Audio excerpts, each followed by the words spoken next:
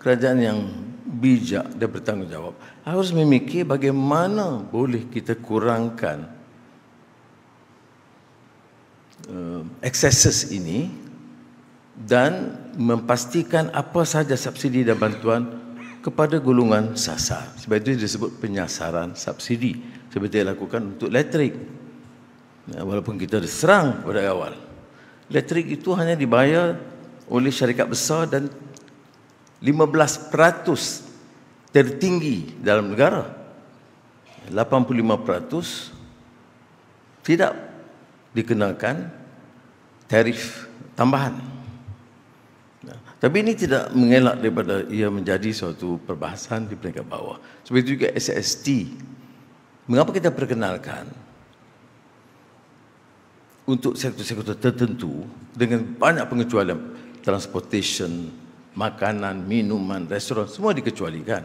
Tapi masih tentunya ada sedikit kesan secara langsung, termasuk sikap beberapa peniaga yang mengambil kesempatan.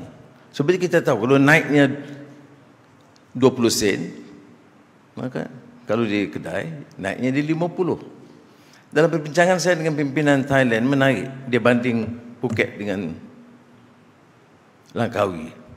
Dia tanya saya, dia tahu, dia ambil fakta. Beras kita lebih murah, tepung lebih murah, gula lebih murah, minyak mentah lebih murah, minyak lebih murah. Tapi harga di Phuket lebih murah dan di Langkawi lebih mahal. Dengan semua ini murah. Jadi dia tanya saya apa alasan rasionalnya. Saya jawab mungkin sewanya atau keuntungan oleh syarikat. Tapi ini masalah-masalah yang kita akan tangani dengan baik. Saya bagi contoh umpamanya, jangan lupa 2021, 2022 sebelum tukaran kerajaan, berapa harga ayam? Sampai RM13 1 kilogram. Sekarang jauh lebih rendah, 9 pada yang 10 RM9.50. Minyak masak 5 kilogram ketika itu mencecah RM45. Jadi kawan-kawan saya makan, dia bising, dia lupa. Dia ingat kita pun lupa. Masa dia jaga harga minyak masak itu 5 kilogram 45 hingga RM50. Sekarang sekitar RM27. Sikit kurang atau sikit lebih. Telur ayam, dia tahu heboh dulu sampai tidak ada telur. Sekarang alhamdulillah stabil. Dan kita telah menggunakan penyasaran subsidi umpamanya dengan, saya bayangkan harga ayam turun ketimbang 2 tahun lalu tanpa bantuan siling. Maknanya kita boleh selamatkan RM1 bilion hanya dengan pengapungan ayam dalam 1 tahun. RM1 bilion 1 tahun. Beras pun saya tahu masih lagi ada sikit sebanyak masalah, banyak beras tempatan. Tetapi ketegasan kita dan Kementerian Pertanian dan Keterjaminan Makanan, harga beras import turun 2 hingga RM3. Itu kerana tekanan dan desakan kita kepada pengimport. Harga beras tempatan memang kurang. Jadi ini jadi isu walaupun dia RM29, RM26, tapi tidak banyak di pasaran kerana jumlahnya tidak mencukupi untuk keperluan. Apa langkah yang kita ambil? Semua central contract untuk tentera, polis, sekolah, asrama dan sebagainya, kita guna beras import supaya beras murah tempatan itu boleh dimasukkan dalam pasaran. Itu langkah-langkah yang kita ambil yang belum diambil sebelum ini. Baik. Ini saya nak jelaskan ini. Di samping itu kita teruskan dengan bantuan tunai STR. Ya. STR 2024 ditambah untuk membantu, kalau 2023 9 juta penerima manfaat 60% rakyat dewasa negara kita. Kalau peruntukan sudah lihatnya, 2023 8 bilion ringgit. Ini tambahan daripada sebelumnya. Tahun ini 10 bilion ringgit STR.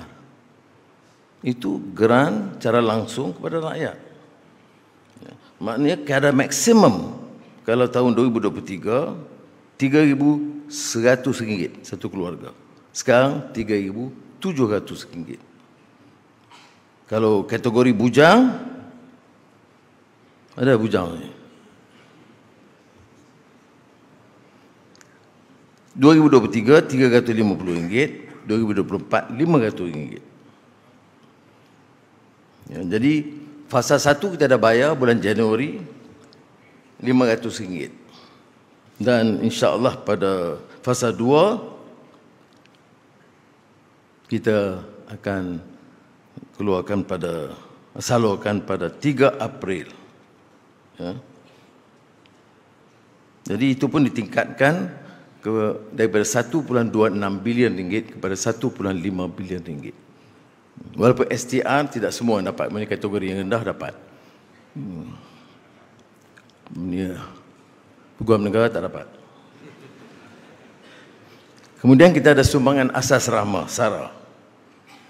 Kita mula salurkan untuk 2024 Januari. Itu pun kita meningkat, saudara. Kita ada kekangan kewangan, tetapi saya tahu tentang masalah yang dihadapi oleh rakyat. Jadi, ya, soal kritikan biasa dalam politik saya faham. Tapi untuk mengatakan kita tidak faham, tidak prihatin, tidak betul. Jadi saya minta saudara tolong jelaskanlah. Walaupun penjawab awam tidak semestinya campur arus politik. Ini soal dasar kerajaan. Dan bagi fakta dia. Kalau tidak, seolah tak ada buat apa. Ada yang mengatakan, sejak kerajaan Madani ini, tidak ada apa pun yang dilakukan. Dan sebagai mawalaun, ya, benar. Sebab itu saya sengaja nak ulang beberapa kenyataan fakta ini. Umpamanya, SARA. Peningkatan itu tinggi sebab SARA ini kumpulan rentan yang pendapatan yang paling rendah. Peruntukan meningkat 5 kali ganda. 2023 130 juta. 2024 700 juta ringgit. Penerima dulu 2023 hanya miskin tegar 210,000 orang yang terima. Untuk 2024 kita tingkatkan dari miskin tegar yang dapat dah STR ni, tetapi kita tambah lagi miskin tegar dan miskin 700,000 orang yang peroleh. Ya. Dan kadar SARA pun dapat kalau meningkat dari RM600 ke RM1,200.